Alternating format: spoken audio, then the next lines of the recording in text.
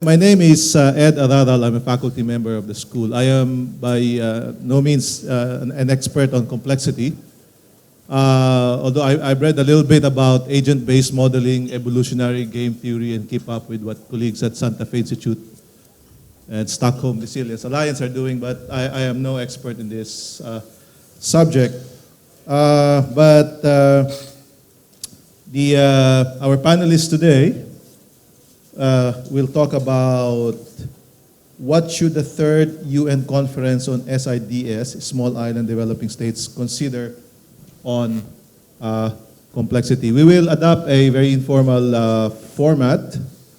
Our panelists, they've been already introduced. The Prime Minister, his Chief Secretary, Mr. Palu, Michelle Gyles-McDonnough, to my left. She is the UNDP representative for Malaysia, Singapore, and Brunei.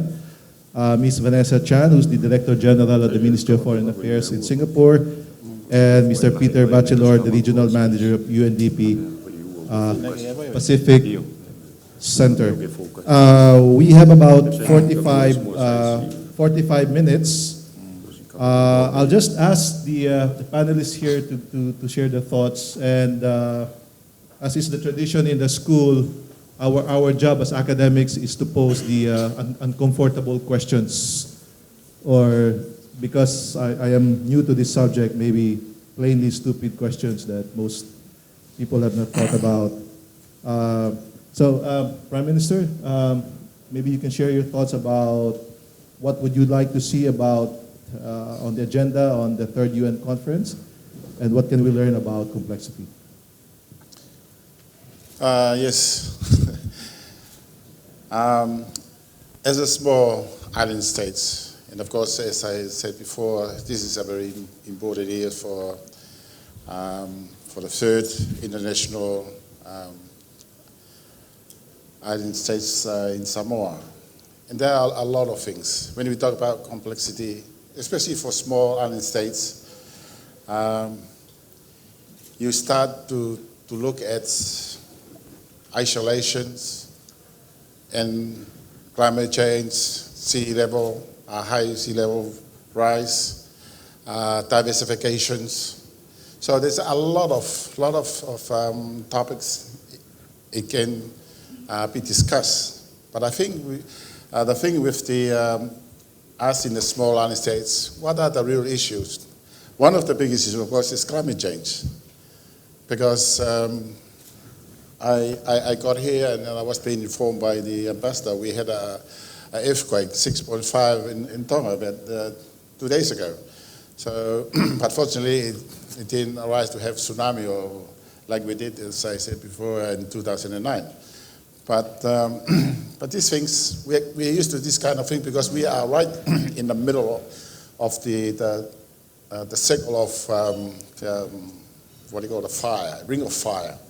So you are expected to have all these effects of what's happening in the world now. So there'll be a lot of issues to discuss. We cannot solve every problems, but we have to pick one or two or three solutions. How can we go forward? And I think that the outcome of those discussions, and if any contributions from the development partners, or I think that would be a way forward for us to look at it, especially like I was talking about resilience. How can we prepare ourselves in order to meet this if it happens? So, because we can think up the most effective solution, but then when Mother Nature comes, it can be a different matter altogether. So, yes, and I think it's, I know for one, I can inform you that one of the issue that it has been a problem within the small island states is to providing factual and true data. Because as we in the small island states, we know for a fact that if a project's worth 100,000, for example. Consultants comes and they probably take up 3/3 of that. What do you have to the left? Would that solve the projects? This is another. So we will be launched this as a joint effort by the regions. It has been acknowledged by the Secretary General in UN last year that this data repository will be launched in Samoa, and it's going to be, this is one of the things that we are looking forward to in Samoa, because this will provide true data. If it's going to be energy or climate change, the information are there. So we don't have to do feasibility study for 6 months or whatever. So because finance is, money is quite a problem for us to implement some of these projects. And I think probably some of you understand since Rio and other big conferences, finance is one of the biggest problems now, and they're still deciding how to provide funds for our projects. So, yes, and I think there will be something for us to. Let me just pick on your point about finance. If our Dean Kishore Mabwani would be here, he would tell you that one of the problems we have in our school is we have more scholarships than there are applicants. So this is a very good opportunity for SIDS, and especially for Tonga. And we would like to make that offer if you can nominate participants or representatives from SIDS, from Pacific, and even from Tonga to apply to us. And if they qualify, we can provide scholarships for your young people. The only qualification that we require is they should be ambitious enough that they want to become the next Prime Minister of Tonga. I think I will put that underlined, and I think we'll have a lot of candidates for. So if we get our an applicant from Tonga next time, we would have considered this event a relative success. Let me now move on to Chief Secretary, Mr. Palu. What are your thoughts in addition to what the Prime Minister said about finance and transparency? Thank you for the questions. And just to avoid duplicating what His Lordship has shared with us this afternoon, with regards to finance, I think the big question from a small island is capacity. There's a huge lack of capacity, and the requirements for multinational institutions is so huge, but we don't have the capacity to go through all this process that they provided to us. Very lengthy process, full of paper completions, which is a lot of work to be done, but we don't have the capacity to complete those applications in order for a small island to get access to the finance facility. On the transparency side, I think you're all aware of that, but I would rather add to what the Lord Prime Minister has said, what our anticipation or our expectation for the third seat. Let's walk the dog. There's so many times we've been talking, nothing happened. It's about time to small islands to come together collectively and speak out. We are the victims of the industrial countries who've been victimizing us because of their industrial revolution. And even if you stand alone as an island, as a country, your voice cannot be heard. We have to walk the talk. We've been talking for many years now, nothing happened. We still listen to our big guys because it's simple, because they are the provider of financial support for us. Say, for example, in Tonga, as the Lord Prime Minister alluded to earlier on, we are so much aid dependent. Without aid dependency, we cannot be survived. But we have the assets in Tonga. We have the resource in terms of our human resource. If we continue providing capitalizations of our own human resource, of course, we can be able to compete in the global arena. And thank you also for the National University of Singapore for just an opportunity offering us a scholarship to come here to Singapore.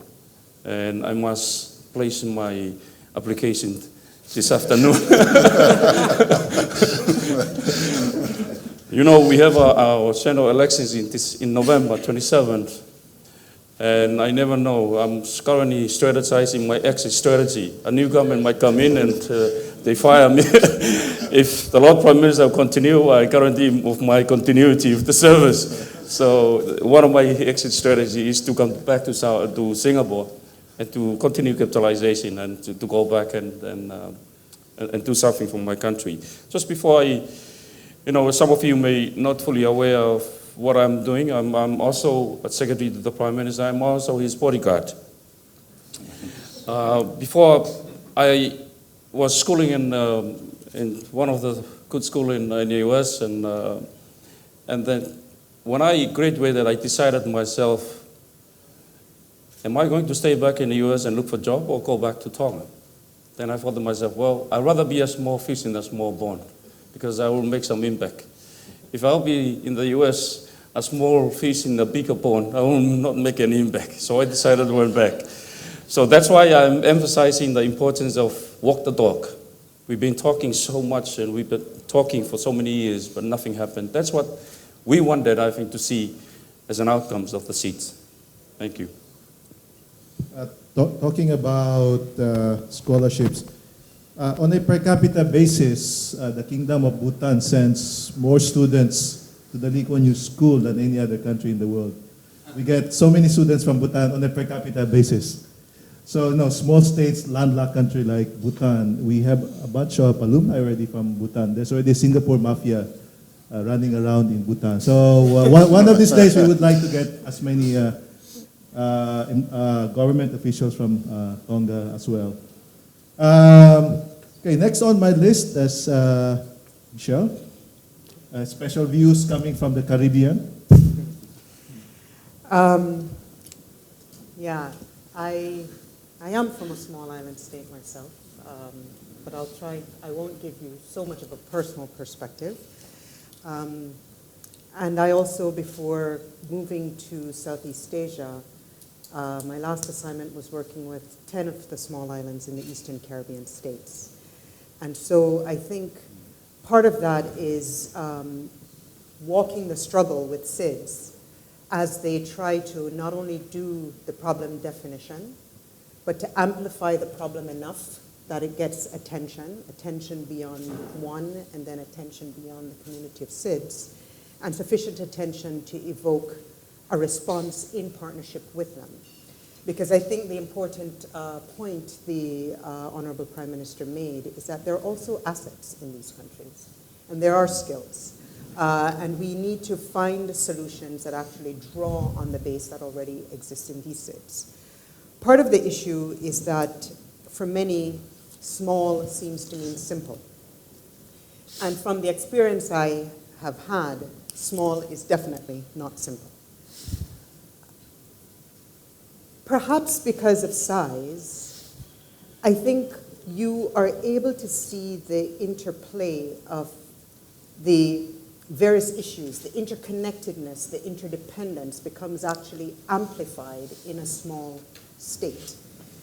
The other important thing is that the factors in defining a small state are not only endogenous, but the exogenous factors have almost as equal weight.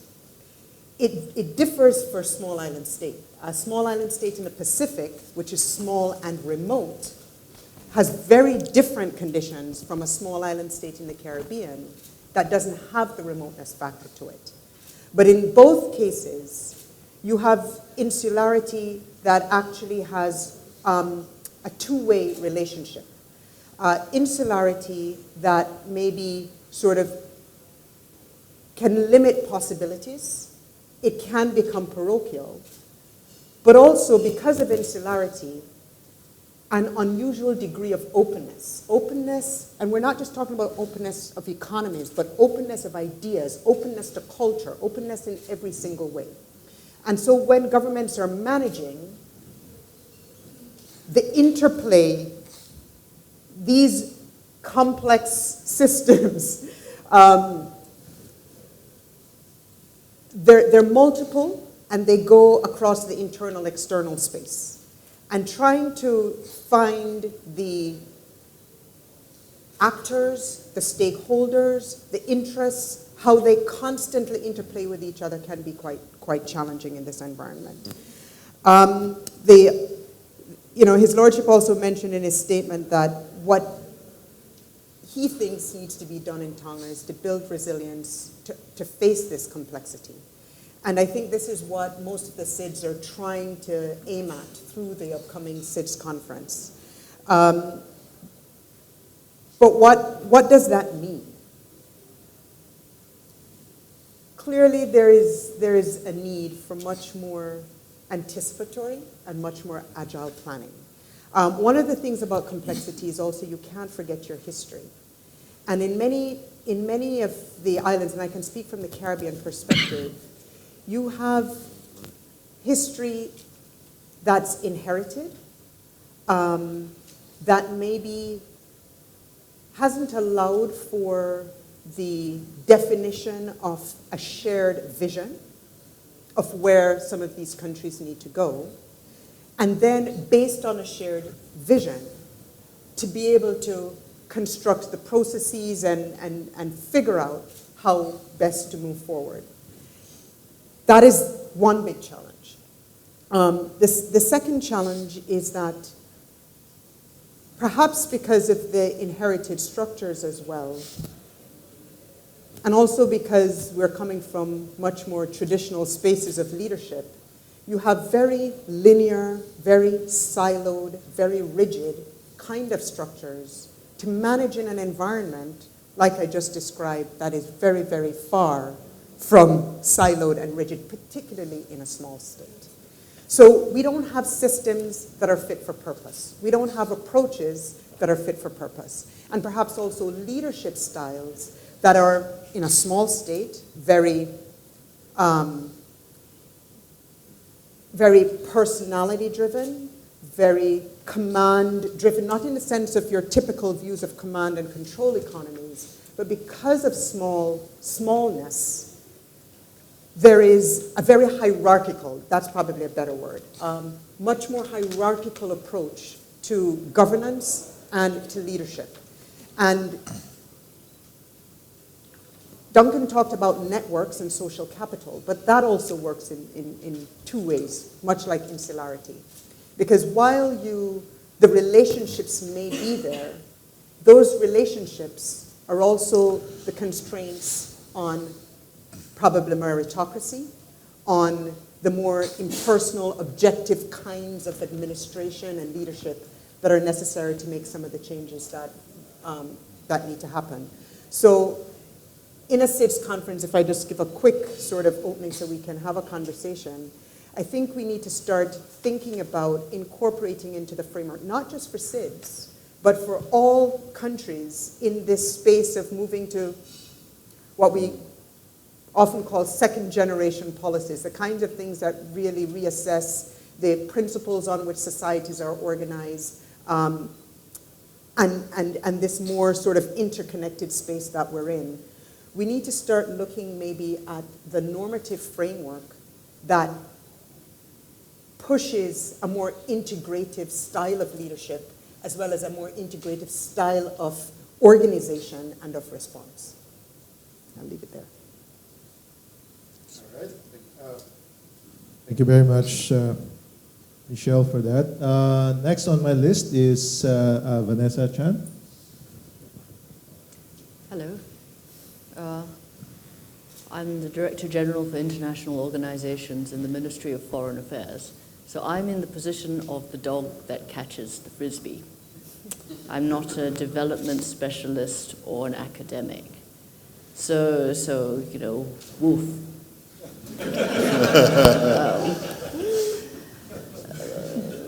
Briefly, for Singapore, I'll just start with this too, so that everything else I say makes some sense. For us, foreign affairs people, complexity is the sea in which we swim. See, that's a maybe prettier image than, you know, the dog. It's not rocket science. As a small state, our policy is constrained by all manner of factors. factors that will not change and which are external to us. So in that sense, while it is a complex environment that we operate in, our policy considerations are basically quite simple. The historical fate of every city-state that has ever been before us really focuses our minds. Similar to what my fellow panelists have said, everything Singapore has done really has been based on the fact that we have nothing but our human resources and our ability to continually use them to our best advantage. What else? The big part of the way we use them in dealing with the complex problems of government is to try and take a whole of government approach. This is far easier to say than it is to do. I will say that whole of government is a work in progress, because the silo mentality exists not only between agencies but within them. We have formal structures to deal with this problem. The interagency process is something that is actually a regular part of the governmental process in Singapore, both formally and informally. I myself, as Director General, convene quite a number of totally informal working groups on a number of issues that are relevant to the interests of Singapore but are not covered by any specific agency or ministry. That is one of the ways of dealing with it. Okay, to go to the convention itself, one of the major problems of any government, and particularly for small countries with their resource constraints in time, people, and money, is actually finding the resources to look at the strategic issues, to look at the big picture, to guess at the risks that the future will bring. Never mind trying to deal with them as well, but even the resources to think about them are scarce for most small countries, and that includes Singapore. Most of us are simply too occupied with the day-to-day problems, firefighting, as we call it. It's just, a meeting like this is a rather rare opportunity in my daily round to actually get out of the office and think about things other than the constant flow of emails into my inbox. So I would say that the conference can look for ways to help small island states find facilities for this kind of thinking and research and suggestion of possible problems, possible solutions to problems. Perhaps as a joint facility or a regional facility, because as Michelle has said, the problems of different small island states are different. The other thing to remember, of course, is that whatever solutions are suggested must be specific to each state, or at most, maybe, specific to a region. There's no such thing as one size fits all, and best practices can only work if they are best practices for that state.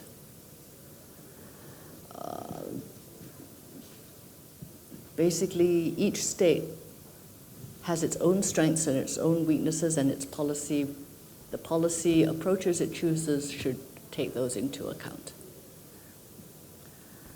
So finally, Singapore gives no aid, as in the normal sense of the word, not just because we are cheap, okay? But because we know that we don't know enough to make useful interventions. Our own development interest in experience has told us, most of what we did was ad hoc problem solving in that iterative, adaptive way that Mr. Green mentioned before the tea break, except we didn't call it that. It was just part of the daily round of firefighting. But from that, we know that, solutions are organic. You can't impose them. The big example is our public housing policy. The problem was easy to identify, a lot of people living in slums who need proper housing. The solution was to go around the world looking at how other people had tried to solve the public housing problem, look at what they did, identify all their mistakes and try to avoid them. And then build a few blocks, put people in, see the problems, build the next few blocks better, and so on, adaptively and iteratively. So based on that, we're willing to share experience. We're happy to share experience on the understanding that experience is all that it is. What people who hear our experience do with it in their own states, it has to be up to them. We are not in a position to tell them what to do. So I think this is something that the conference has to take into account in its final outcomes. Thank you. Thank you, Vanessa. Let me just, before I give the microphone to Peter, let me just be provocative a little bit and ask a question to the Prime Minister. China wants to become a maritime power. Should China be given a greater role in terms of the SIDS? I know your big neighbors, Australia and New Zealand, and I hear about let's walk the talk. There's some frustration that I feel there. What do you see is the role of China in SIDS? Should they be given a role in the third SIDS? And if so, what will be the trade between Chinese aid and what SIDS countries can offer China?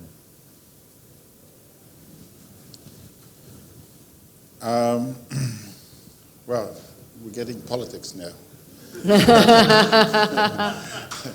Because one of their policies, of course, it has been His late Majesty's policies. You friend with everybody and make no enemies with anybody. But like you said, China's, as I said before, China is the new guy around the block. Because we have traditional partners who has been there with, even with the Pacific. New Zealand, Australia, most traditional partners in terms of economics, social development, with educations. For us, of course, America, we have bilateral in terms of defense. And I think that's through Iraq, we also participate in Iraq under the US. And recently under the British in Afghanistan. But as for Tonga, and you say about if they are sea bells of, so maybe it is their right if they want to be, but for us, small island states, we have problem ourselves, and we look how we can solve these problems. We look to other development partners, and China is a new development partners for smaller island states. And what they have done in the Pacific, it has been they dealt with infrastructure, something they cannot fully provided by some countries who have been our development partners for a very long time. So I guess with China, it's they are there. So, and I think they're going to be there for some times because they have come, they have aided us in our time of needs. So, and I don't think we can turn around and say otherwise, and I think they have, if they can solve our problems, and they have done, providing infrastructure. For example, in 2006, we had right there, the burning of the capitals. And of course, the only people that came to our aid was China. So we accepted. And through dialogue with the Prime Minister last year, so they have extended a grace period for the soft loan they have given us. So in that sense, I think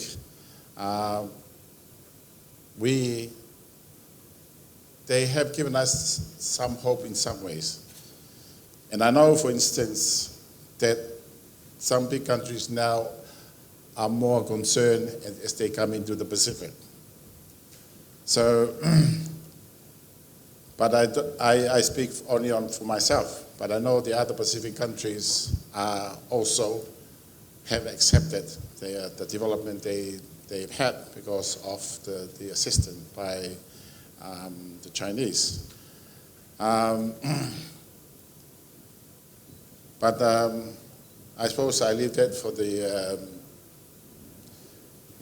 the other countries. They can speak on their behalf. But there are other things, for example, energy. Because we have now, in Tonga, we have the Tonga Energy Roadmap. That changed the 8 paradigm in itself.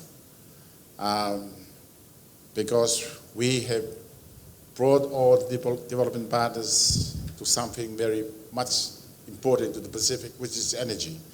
And this is a model that I think it will be, that some of the Pacific smallest islands have developed, because it has solved some of the energy problem. So, and also other countries, especially New Zealand, UAE as a new development partner has come in to assist with energies, solar. So I think this, and I know China is a big, I think it's the biggest provider of solar. So they also have aired their system if it be wanted. So, but otherwise it's something that you cannot turn away from. Peter, any thoughts from, you run the UNDP Pacific Center. What are the big initiatives of UNDP in terms of new thinking, new ideas for the third UN conference on SIDS? Thanks very much. Well, I think the first thing to say is, and the Prime Minister knows this very well, but the SIDS conference is a once-in-a-decade event. And so I think the Pacific countries and all the SIDS countries, I think, recognize that this is an opportunity that they have to really seize. What that means, I think, is that while, of course, SIDS countries face many challenges, the problem will be creating a relatively narrow list of priorities that can be achieved. And I think the Prime Minister's reference to the energy issue is a good example where, for all Pacific countries, particularly the issue of energy and their reliance on fossil fuel is a real problem for them. So rather than trying to have a long list of priorities in the final document that comes from the conference, having a much shorter document that has, a manageable short list of priorities, I think would be absolutely critical. That will require a certain amount of tough negotiations around what are those priorities, because as Michelle knows very well, Caribbean SIDS have a very different set of issues that they're grappling with. For example, they have very high debt burdens, which is not an issue that is necessarily for the same for the Pacific SIDS. And then the African SIDS might have different issues. So another challenge will be creating a short list of priorities that all SIDS from all different regions can actually essentially buy into. And that is going to be a very tough job. And I think Samoa, as the hosts, and of course the UN, which is the sort of co-host of the conference, will have a tough job in terms of that. In terms of what I think would be useful going forward, and UNDP sees itself in a support role or a more facilitating role in this way, is trying to identify those top 2 or 3 big issues that we want to try and address. I think energy is certainly one of them. Climate change, of course, will be the other. But then, as the Prime Minister was saying, identifying very practical partnerships with development partners, donors, international organizations, the private sector, etc., so that actually, again, using the energy as an example, that we actually have something practical to say coming out of the SIDS conference. Last point I want to make, and this is a challenge for the SIDS countries, is because they're small and in the case of the Pacific very remote, very often it's very expensive to provide high quality services for their citizens, particularly in the outer islands. And so one of the challenges, particularly for the Pacific SIDS, is how do we, for example, potentially create pooled services, perhaps amongst a group of countries, because, of course, the costs of providing those services are too high in a particular country, or as our colleague said, where there's limited capacity. This remains one of the big challenges for the Pacific, because in the Caribbean, where the islands are close together, you can imagine that it's easier, at least logistically, to create pooled services. But in the Pacific, because of the vast distances and the high transport costs, it still remains a challenge in terms of that. So going forward, identifying those solutions to some of these problems, either through a pooled arrangement or a more regional arrangement, is one option. But as I say, for the Pacific, the vast distances and geographic isolation still make the kind of costs associated with that a big challenge. And I think that will be one of the challenges for us in identifying those issues and partnerships that we can support that won't still end up being very expensive. Thanks. All right, thank you, Peter. A follow-up question to the Prime Minister. The other big elephant in the room in the Pacific is the Asian Development Bank. And they provide technical assistance, money, and so on and so forth. If you were to invite ADB at the third SIDS conference, what would be your message for the ADB guys? What are you going to ask him? I'll give the floor. He's the money man. So. Yeah, thank you. I think let me move back and see what I can say in complement of what Peter has said. For many meetings that I have been to accompany the Lord Prime Minister, the issue of regionalism has become fashionable in comparison to our friends from the Caribbean. My opinion is we do have the capacity in some sense, but it's a matter of trying to build synergies within so that we can be able to accommodate whatever the challenges that we are facing. And simply because of the lack of capacity and the lack of resources that we have in terms of human and in terms of financing, and that's when we look into ADB or World Bank, to all these financial institutions for assistance. ADB, World Bank, IMF, they do provide technical assistance, some financial assistance. They are also a financial institutions who provide us with great assistance in our developmental efforts or endeavors. But they also provide us with some policy advisors. But that doesn't mean that we, as a country, that we have to listen and implement whatever they're going to give to us. They can give us a policy prescriptions, but it's up to us, the national administrations, to scrutinize the policy prescriptions and implement it according to the capacity that we have. Sometimes they try to bulldoze in their policy prescriptions, which we don't have the capacity to implement. And that's when it becomes challenging for us. They give us huge list of conditions. You have to tick this off before we give you this. So it's a challenge for us because we have to comply with the conditions they give us. But at the same time, our friend from Foreign Affairs here alluded to one size fits all. They have this one size fits all. Whatever they give to Fiji, Tonga should follow the same conditions. Fiji is completely different. We have some commonalities, but of course we have some differences in terms of resources. Fiji has a quite significant amount of good human capital. They have the natural resources, and they have the capacity to respond. In comparison to Tonga, we may have the capacity in terms of number of people in our civil servants, but we have a lack of capacity in terms of skills and knowledge, which we always look up for ADB, IMF, World Bank in terms of capitalization.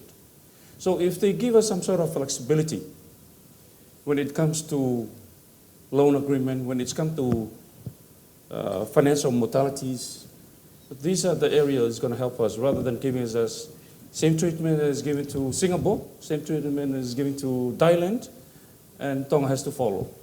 So there should be some special considerations given to small island states because of their remoteness. Singapore has happened to enjoy the privileges of being in a geographical location, right in the middle of Asia countries compared to Tonga. And the remoteness is always an issue when it comes to transportational costs. Mm-hmm. We have been struggling with this for many years, the cost of fossil fuel, as the Lord Prime Minister alluded to. We can't fix it without trying to use the vehicle of regionalism. That's one. Second is to negotiate with our Singapore friend if they can ship directly, on MRX shipment directly to Tonga rather than going via Fiji. It costs us a lot. So these are the things that ADB has given us some policy prescriptions, but of course it comes with a cost in terms of following all these conditions, which they're given to other countries. So there should be some sort of special consideration given to that. And at the same time, to avoid applications of giving a silo approach to address the issue. You know what our friend here from Oxfam, the cookie cutter approach. It may work in some other countries, it may not work in a small island state. We have to speak in one voice to let ADB or any financial institutions be more flexible, look into the situation of the country and provide a contextual solutions or contextual policy prescriptions of that particular country, rather than having a universal conditions so that everyone can follow. That's my take on the issue, facilitator. Thank you. Okay, thank you. Can I have a follow-up question on that? You made references to Singapore. Probably given the chance to migrate and have an easy life in Tonga, I think Singaporeans would love the idea of taking it easy in Tonga. In fact, you've seen the surveys how islanders are a lot more happier than we here in Singapore. So much congestion, stressed out, and so on and so forth. So, there are trade-offs. There are trade-offs there. That's also a problem in the Pacific. We become too complacent. When you become, thinking, oh, this is an island, I'm relaxing, and you take things for granted, and you just sit there and then end up, you welcome the complacency of doing things, so you just sit there and do nothing and enjoy. And this is a problem faced with His Lordship in government. You walk into a ministry, and you see most of the clerical people, they are on Facebook during working hours. They become complacent, but maybe over-relaxing themselves. And that's an issue. It's a small and what I refer to, we have the capacity, I think, in terms of numbers. It's just a lack of capacity in terms of upgrading, reskilling, and knowledge. Because if, as I said, when you walk in to a ministry, it surprised me, in which I'm sitting in the office, trying to complete or at least reduce the books or the papers on my plate, at the same time seeing all the staff are playing games or going to FP, and then I said to myself, wow, then these people are just sitting there and do nothing, and taxpayers' money is not worth paying them. So I welcome your suggestions to come and relax in the Pacific, but I hope it may not influence you to become more complacent. But if we learn from the Singaporeans, the Chinese are coming into Tonga, as the Prime Minister has said, because our former king, our late king, has ambitions to look east, which is to China and Asia countries. They come in with this business dynamic, open their shop 24 hours, they welcome you when you walk into the shop, something that it wasn't in our culture. You walk into a Tongan shop, they say, wait there, I have to hang my washing, then I come and serve you. So these are the things, it slowly changed because of the Chinese, the business influence of the Western or the Asian countries in Tonga. Never happened like that. But now it's a new thing comes in to the country, in which we have to embrace and see it's improving. When you walk into a Tongan shop now, they really serve you to the best of service they want to offer to you, because they know otherwise you're going to go to the next Chinese shop. Sorry. but not on Sunday. Not on Sunday. Guys, I'm telling you, Sunday everything is closed. Everything is closed. You might find it very boring because the only thing you hear is singing and the bell ringing, calling you come to church. So myself, I'm a church goer because I'm a sinner. So that's why I go to church. But yes. Yeah, Michelle wanted us to add something. Yeah. I do come from the land of sun, sand, rum, and sea. But I don't know that I subscribe to the complacency argument, and I think actually takes us back to the question of complexity and managing in small states. Because I think we also need to look at the incentive structures around why maybe in some places we have people on Facebook or reading newspapers from around the world, as opposed to effectively deploying taxpayers' resources for the purposes for which they sit there. And this is important because it comes back, at least from the, I don't think this is a small island or large country issue. I think the responsibility of defining a compelling narrative for a country is important. I think this stands out in the Singapore experience. Yes, there was the luck of geography, but there were conscious decisions around how to use that geography. There was a clear sense of what binds the community together and the direction in which that community needs to go. When you have a compelling narrative, it's easier to have the parts moving in the same direction, and it's easier to have the appreciation and the motivation to lead, serve, participate in that exercise. I mentioned when I earlier spoke about inherited history. Why did I say that? And because in all of this complexity business, one of the things we know is we can't reverse history. And if I use the Caribbean experience, post-independence where you get a history, I mean, you get a legacy that's handed, and it's adapted in some ways in order to serve the time. But was there a space to define that compelling narrative? Or did the country simply act on what was provided? And I think if you look at the evolution, you realize that you've got a complex system interacting in multiple ways, but there are questions about whether there is a clarity of purpose, vision that guides that system, or at least provides the marker in the sand around which you can have some reference point as to the direction in which you're going. In the SIDS conference, you translate this up outside of a country, and the challenge of being able to define what are those must-haves. A must-have is very different from a laundry list.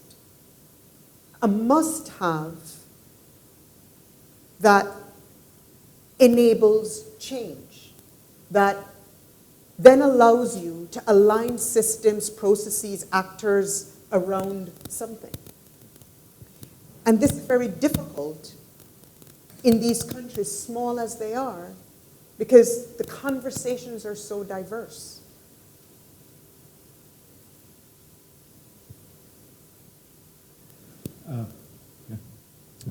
Happiness is overrated.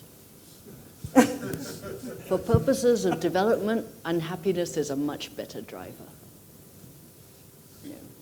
If you are unhappy with how well you are doing in relation to your neighbor, you have that much more incentive to work, to do better. The other point I wanted to make is that culture, we talk about culture, states, culture, society, and so on. It's not like the weather, Culture is there, but culture is also something that we shape, either consciously or unconsciously. Traditions change all the time, and they can be changed deliberately. It used to be the tradition here to spit in the street with impunity, and it isn't anymore. This was done quite deliberately. Similarly, at the political level, certain very common, globally common traditions do not exist here. Politics based on race and religion does not exist here because it has deliberately been foreclosed as a political possibility. It's illegal. Personally am very happy with this. So, when you talk about using what you have, always you have to remember that what you have is also shaped by you. On that note, unfortunately, we've run out of time, but let me just give two parting comments. The first one is the civil servants spending their time on Facebook. I think there's something that Singapore can teach Tonga in terms of how to make the civil servants work and not spend their time on Facebook.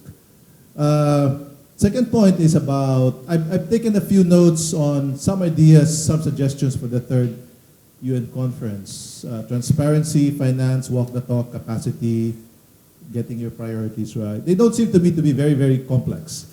In other words, the complexity theory has very little to say for the third conference. The message I get here more listening to our panelists today is, let's get the fundamentals right first before we even get bothered by too much complexity. So on that closing note, please join me in thanking the panelists.